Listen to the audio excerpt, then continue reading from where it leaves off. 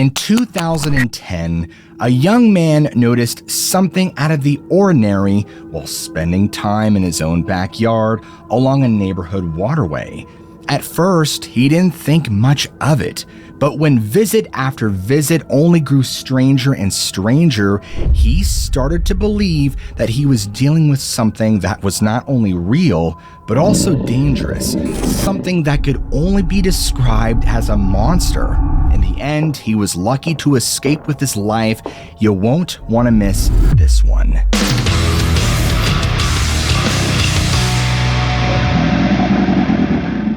In the early 2010s, the late Linda Godfrey was busy at work on her newest book. By now, Linda had become widely known for her work as a cryptozoology author. Her inbox had turned into an endless stream of people sharing their stories with her. Normally, these were short sightings, just quick moments where people had seen something out of the ordinary. But in May of 2013, she received a longer message. It immediately drew her attention, because this not only was a long account, one spanning multiple years, but it also involved a highly credible eyewitness and a cryptid that is rarely ever seen. Owen was in college at the time, actively pursuing a degree in zoology and paleontology, and he was also volunteering at a local paleontology museum, making him an especially trustworthy eyewitness to the strange things he claimed. At that time, he said that the only person he had ever told about it was Linda. Now, according to his story, Owen, to make things easier, first suspected something was wrong in March of 2010. At the time, Owen was around 15 years old and on spring break. Now, instead of going somewhere far away, Owen decided to stay in his home state of Florida. So, Owen's home sat on the eastern side of the state, right in the middle of an immense watershed named the St. Johns River Delta. You see, this part of Florida is crisscrossed by a ton of canals, some of which cut right through neighborhoods, meaning that Owen had easy access to the water right out his back door. Well, Owen said that he was on the family dock. Owen spots something. At first, he's really excited, although the water in the canals is often hard to see into. It's also really shallow, meaning that it's not at all strange to spot bull sharks, dolphins, alligators, and tons of fish and birds in and around the water. Owen takes a closer look, and he thinks it's a manatee, probably attracted to the dock by the sound of the water splashing into the canal. Now, he's seen this before, how manatees love to drink from hoses poured into the canal, so he lowers his hose over the side of the dock to let the manatee drink. And then, when it finally reaches the dock, the manatee rolls over onto its back, and Owen is taken aback by what he sees. The manatee's front flipper is covered in nasty wounds. Again, this isn't that unusual. Basically, tons of manatees throughout Florida waterways have been hit by boat propellers, but those leave very distinctive scars. Whatever injured this animal looked different and more recent. By now, the animal was near enough for a close inspection. Owen could see that the bite was shaped like the letter U, meaning it wasn't from a boat strike. In short, this manatee had clearly been attacked. But attacked by what? They have no natural predators. And so as he stood there offering the animal a drink, Owen ran through all the possibilities. Could it be a bull shark? No. Their bites left behind thin dashed wounds, almost like dotted lines. These tooth marks looked conical. In fact, they almost looked like alligator teeth. Remember, there are plenty of gators in these canals, but alligator attacks on manatees are really rare. It would take a massive bull gator, maybe as big as 15 feet long, to think it could take down a manatee. Normally, the only specimens that Owen ever saw off his dock were juveniles, no bigger than 5 feet. When they got older, they always moved out of the brackish canal water and off to freshwater springs and swamps. In fact, Owen would say this: "As I looked more, I could see something had attacked this manatee very recently, as it was riddled with cuts and bites, with a chunk of its tail flipper having been torn off. Something big enough to attack a 1-ton sea cow was in the river system. Hairs on the back of my neck were standing up at the thought. And then, the manatee, having quenched its thirst, simply drifted off down the canal. And it wasn't until later that day that Owen began to find more clues. He and several others had taken the boat out for a ride, and it's a partly cloudy day with tons of sunshine, so they go pretty far down the river, despite how nice the day is, and Owen keeps thinking about that manatee. And soon he gets the feeling he's being watched, and he shrugs it off because they do see plenty of boats on their way to their destination. Their destination is a bird colony not that far from the family dock. Normally, there are tons of pelicans and egrets all over this little piece of land in the river. The boat pulls up. Owen immediately notices that something is wrong. There wasn't a single bird in any of the trees. None. Nowhere. It just didn't make any sense. Clearly, this was prime real estate for a bird. What made it even weirder was that it was just this island. Everywhere else, there were plenty of pelicans and egrets, but not on the island in the middle of the river. And he's starting to wonder if this has something to do with the wounded manatee. So he starts looking at the island more closely. In addition to the lack of birds and nests, Owen notices a few other strange things. All across the shoreline, the branches on the mangroves are damaged. All the snaps look like they're about the same height as Owen. Had someone landed on the island and scared all the birds away? No, that didn't make sense. They wouldn't have just up and abandoned the place because of a few hours of trespassing. Owen was confused, and he said this. I couldn't see any tracks because of how many fallen leaves there were, but on the far side of the island, I did see slide marks that were too angular to be a boat on a patch of sand. That bad feeling like I was being watched and should go was back, and along with it getting dark out, I decided to head home. As unsettling as this initial encounter was, it was nothing compared to what awaited him the following year. In June of 2011, Owen was on an outing with his Boy Scout troop. They had gone to River Lakes Conservation Area, southeast of Orlando. It's still in the St. Johns River Delta, and while it has plenty of waterways, it's a more diverse landscape than his neighborhood, full of forests, lakes, and swamps. Well, Owen has been spending all day taking in the scenery. He's in his element and seeing tons of wildlife. But now it's getting dark. Although the sun doesn't set for a while, it's 7 p.m., and Owen decides to head back to camp. Now, Owen's path takes him straight through a marshier section, and so he's on his way through this patch of wilderness when he notices something odd. All day long, the park has been filled with life. He saw deer and plenty of birds. There were also sounds. Not just from the birds, but also the insects, and even a bobcat that he had heard crying earlier that afternoon.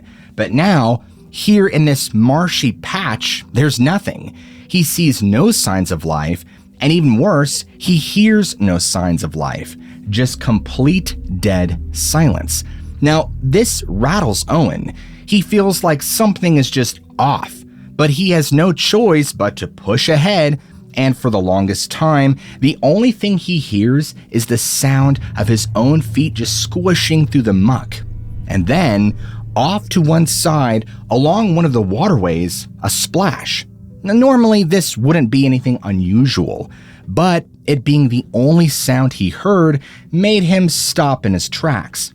Maybe it was just a fish, he thought, or maybe it was something else. And that same feeling he noticed last year after seeing the manatee, the feeling of being watched creeps back in.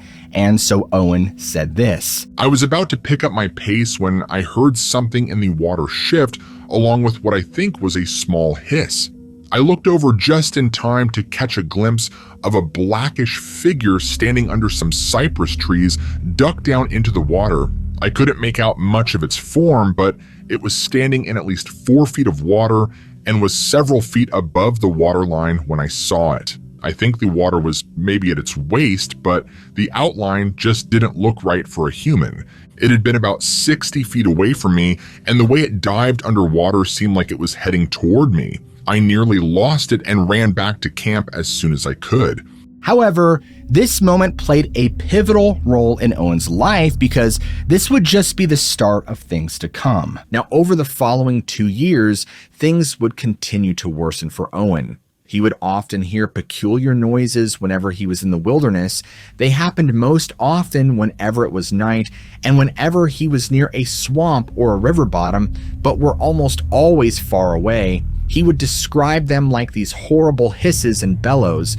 He knew alligators could make similar sounds, but Owen could never shake the sense that these noises sounded different. It was close to what he had heard in the past, but not quite the same. Still, he tried his best to dismiss them as completely natural. I think anyone in Owen's position would try and do exactly just that.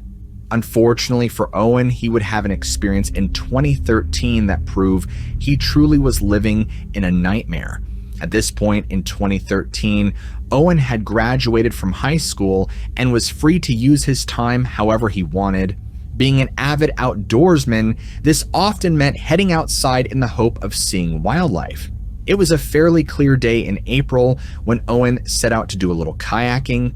Now, being spring, the manatees had re-emerged from their winter hiding places. This was the main thing that Owen hoped to see that day, but he saw something much worse. Owen said that he headed out in his kayak along the canals and into the mouth of the river up ahead, and he could see a small inlet that he spotted along the shoreline that hadn't been developed. Now, normally this was exactly the kind of spot where manatees like to congregate, where the water was calm and food was abundant. And so Owen drew closer in his kayak. The water up ahead, otherwise calm, bore the telltale swirls of a manatee that had just dived deeper. Owen felt a rush of satisfaction that his hunch had paid off. This is where things start to not add up. Remember, Owen is really familiar with Florida wildlife, meaning that he knows their habitats better than most of us. And this little swirl in the water, something none of us would have even noticed, made Owen pause. But why? It was around noon, and normally manatees tend to wait out most of the day in the shade. They only tend to venture out their coves and into the open water in the late afternoon or early evening, maybe around 7 or so p.m. Even though it wasn't the right conditions for the manatees to be on the move, Owen could see several spots of water where the animals were leaving the small inlet. And they weren't just leaving, they were leaving fast. What's going on here, he thought to himself. He couldn't keep up with them in his kayak. So instead, he headed deeper into the cove, which looked especially peaceful and calm. I mean, really calm. There were no birds here, another warning sign he should have noticed. And so Owen dropped his oar and fished out his water bottle, taking a long drink, and the kayak coasted to a stop. And then it rocked violently. Something had hit the bottom of the kayak, and this was long after it had stopped moving, so Owen knows that it was something hitting him rather than vice versa. Now remember, the waterways are filled with wildlife, and so Owen has seen young bull sharks bump into watercraft, and manatees love to scratch their backs on boat holes. And besides that, it could have easily been a log underwater or even a really big fish, right? Well, Owen peeked over the edge, but the only thing he saw was a dark shape about the size of a manatee passing out of sight, and then a short distance away, the surface of the water rippled. It was coming back for another pass. Again, this is typical manatee behavior. Whatever it was bumped the kayak again, and now Owen wasn't even very sure that this was a manatee. In his experience, manatees hitting the underside of your boat make a gentle bump, followed by a long slide. Now this sounded different. In short, it sounded like a series of hard bumps all in a row, like knuckles or a washboard passing underneath. As it passes away from him, Owen now gets a better look, and the shape is still there under the water, but it's bigger than he thought at first. It's probably 14 feet long and is broad at the front, then tapers down towards the back.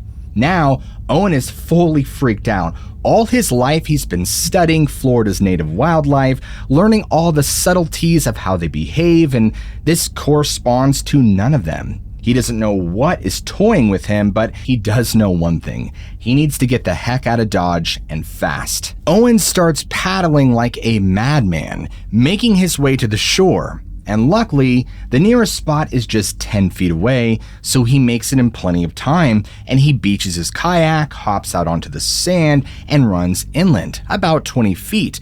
That's when, after years of hints, he finally sees it in broad daylight. The shape in the water draws closer, its dark body visible in the shallow water between the surface and the white sand. It's an immense bull alligator, and Owen could see its back, complete with scales and bumps, the hard bony bumps that made the sounds beneath his kayak. And so Owen backs up another 15 feet, and he's seen plenty of examples where alligators and crocodiles lunge onto the shore, but they can't get very far inland. And when he feels like he's put enough distance between him and the gator, Owen just stops. And the only thing left to do is wait for it to leave. And so Owen stands there staring at this giant alligator. But he starts to notice things. At first, they're just little details, but they all add up to something strange. The color of its skin is right, but as he watches, its head pops above the surface of the water. Something to note here is that these skulls of alligators and crocodiles are all flat and broad, but this head is different. It's taller than it should be, thicker from the base of the jaw to the top of the head, and its arms are all wrong. The elbows seem to be sticking out farther, much farther, well past the silhouette of its body. Alligators have short arms, so what is this?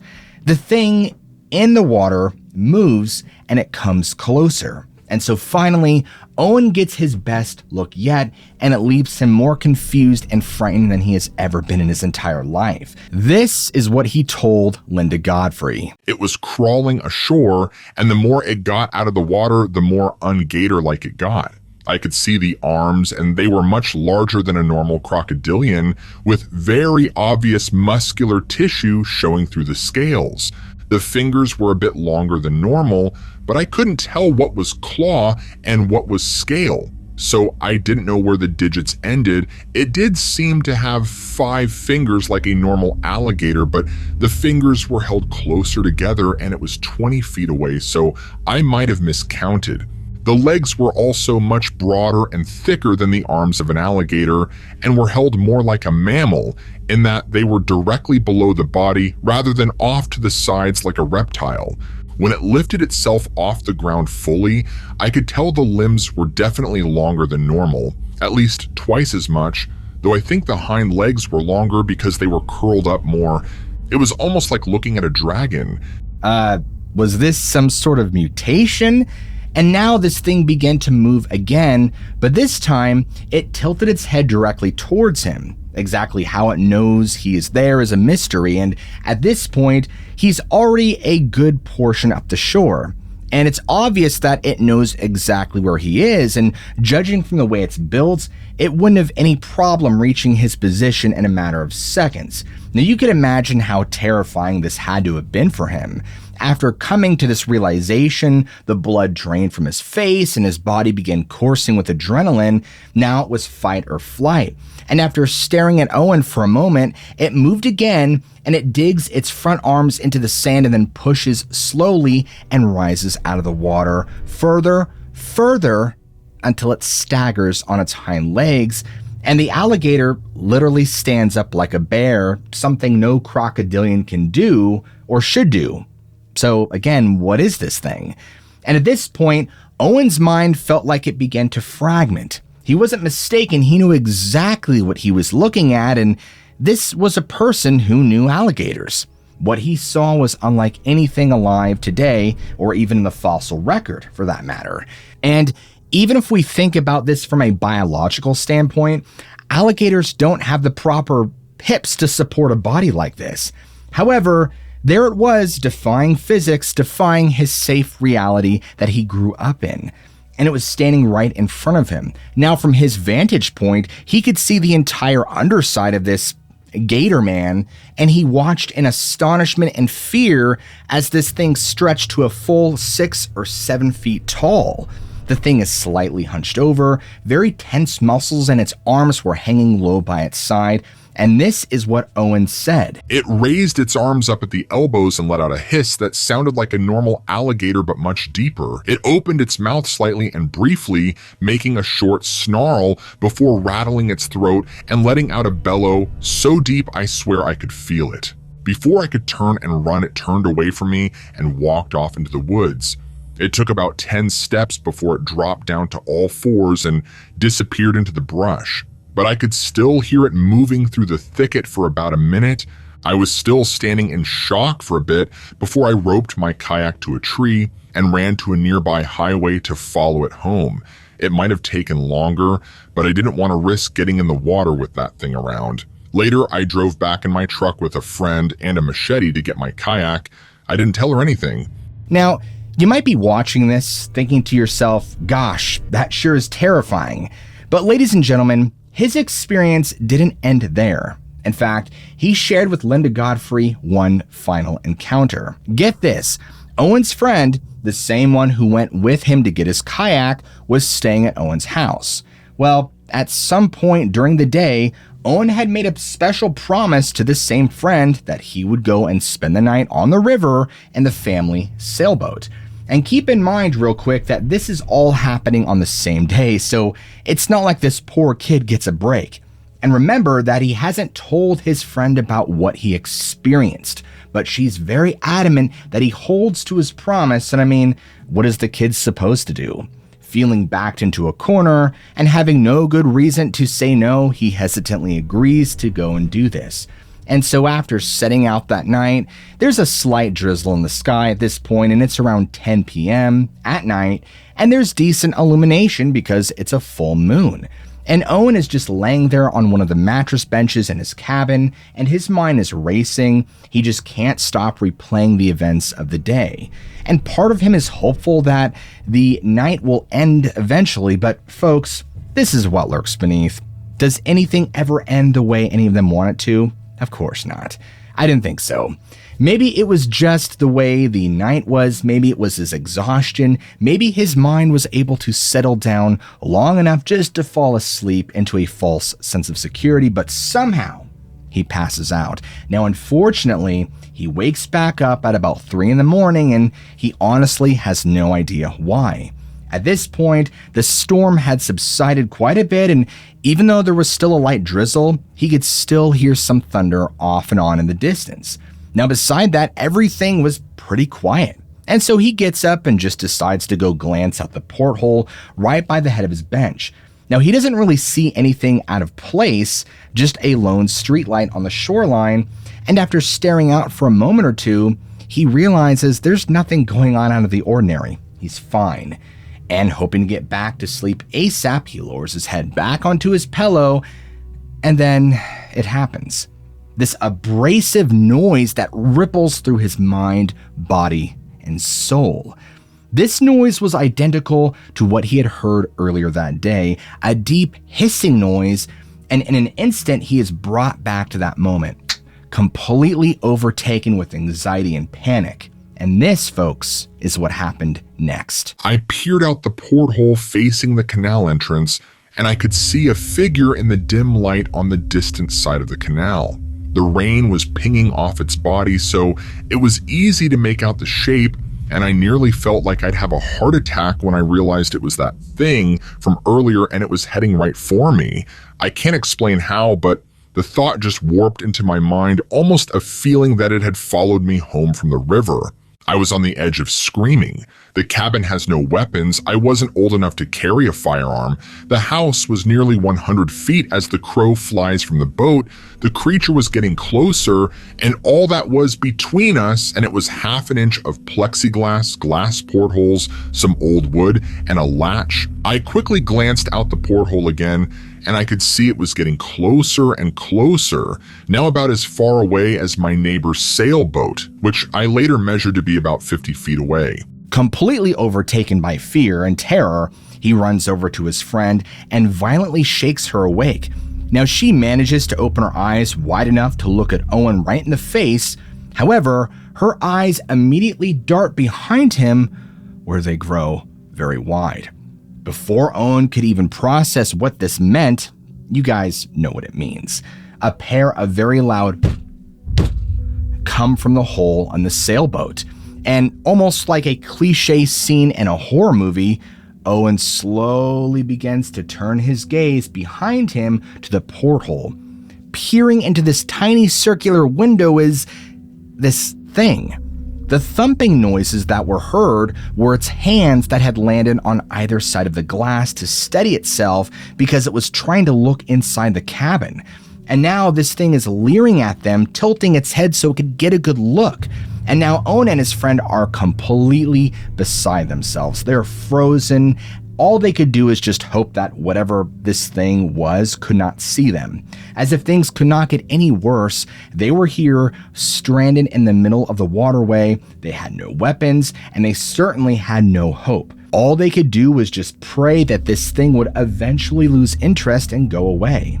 Owen had this to say. We stayed like that for some time, and all through it, while the sense of threat never faded, it seemed like it was looking us over more than it was looking over a meal, and it never tried to break in. The breathing of this animal was very loud, but not in the sense it sounded labored and it was only occasional, maybe once a minute. I don't know if it had some sort of bioluminescence or it was eye shine reflecting from the dim light, but the weirdest thing about it was this thing had amber or bronze colored eyes. It stayed still for about 5 more minutes before it let out this short grumble or snarl and backed away from the boat. At first, I thought it was going to circle around and crawl onto the deck, but it just backed up, turned, lowered down into the water to where I could see only its back and the top of its head, and swam off into the storm. At this point, Owen and his friend just stayed awake until 9 in the morning. They were convinced that the Gator Man was setting a trap to lure them outside. But luckily, by the time the sun rose, there was no sign of the creature, and they made their way safely home and swiftly. Folks, you think at this point this kid would have had enough, but no. Whatever this was had to show itself at least one more time. Fast forward to December of 2013, and Owen is out by the docks one evening, and all of a sudden, he hears his dogs whimpering and running to him from the direction of the shore. They were very clearly frightened by something, and so he's thinking to himself, what gives? And then he goes ahead, shines his spotlight in that direction, and the light illuminated this horrific figure, the same entity or being that he saw earlier that year, the Gator Man, and it let out a nasty roar and took off into the water. What's interesting is as disturbing as Owen's encounter, or should I say series of encounters are, he actually managed to stay in contact with Linda Godfrey for a period of time. And I guess for Owen, he actually signed a statement that warranted his story was completely factual. Now, eyewitness stories are kind of hard to put any weight to because it's a he said, she said sort of thing. However, coming from someone like Linda Godfrey gives it a lot more credibility. In fact, Linda is a very serious, or at least was a very serious, nonsensical researcher, and I mean that in the context that she didn't have time to entertain fake creepypasta stories or simple fiction. She had the time and resources to speak with some of these people and to spend time with them and to talk with them for periods to validate what it was they experienced and went through. Unfortunately, the identity of the strange alligator humanoid that terrorized Owen over the course of several different experiences remains inconclusive. And because you guys made it this far into the episode, I want you to all comment down below, "See you later, alligator," so that way I know who made it to the end of the video and who did not. And if you guys enjoy content like this, where we go over storytelling of the mysterious, supernatural, unknown, and the strange, go ahead and hit that like and subscribe button for more content just like this. As always, I love you all, keep an open mind, and I'll see you guys in the very next video.